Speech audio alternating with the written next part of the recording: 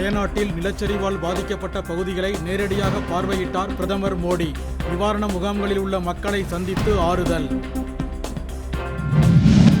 Puducherry rainbow நகரில் கனமழையால் ஓடையில் ஏற்பட்ட வெள்ளத்தில் அடித்துச் செல்லப்பட்ட ஐயப்பன் என்பவரை தேடும் பணி தீவிரம். நீர்பிடிப்பு பகுதியில் பெய்து வரும் மழை காரணமாக வைகை அணைக்கு நீர்வரத்து அதிகரிப்பு. அணையின் நீர்மட்டம் 57.48 அடியாக உயர்வு. சிலை கடத்தல் குற்றவாளிகளுக்கு ஆதரவளித்த புகாரில் முன்னாள் காவல் அதிகாரி பொன் மாணிக்கவேல் வீட்டில் நடுவண் புலனாய்வுத்துறையினர் ஆய்வு. அதிமுக ஆட்சியில் கொண்டுவரப்பட்ட திட்டங்களைத்தான் திமுக அரசு திறந்து வைத்து வருவதாக முன்னாள் அமைச்சர் SP வேலுமணி விமர்சனம். சென்னை வானூர்தி நிலையத்தில் வாடகை ஊர்தி நிறுத்துமிடம் மாற்றப்பட்டுள்ளதால் பயணிகள் கடும் அவதி.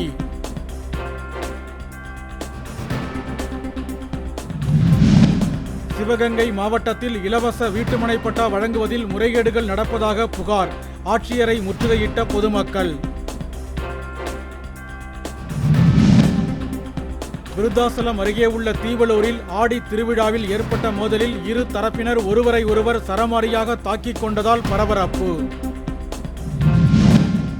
பன்ருட்டி அருகே இருசக்கர ஊர்தி வாங்கித்தர பெற்றோர் மறுத்ததால் தற்கொலைக்கு முயன்ற மாதவன் என்ற இளைஞர் தவறி விழுந்து உயிரிழப்பு. பாரிஸ் ஒலிம்பிக் மகளிர் மல்யுத்தம் 76 கிலோ எடைப்பிரிவில் காலிறுதிச் சுற்றுக்கு முன்னேறினார் இந்திய வீராங்கனை ரித்திகா.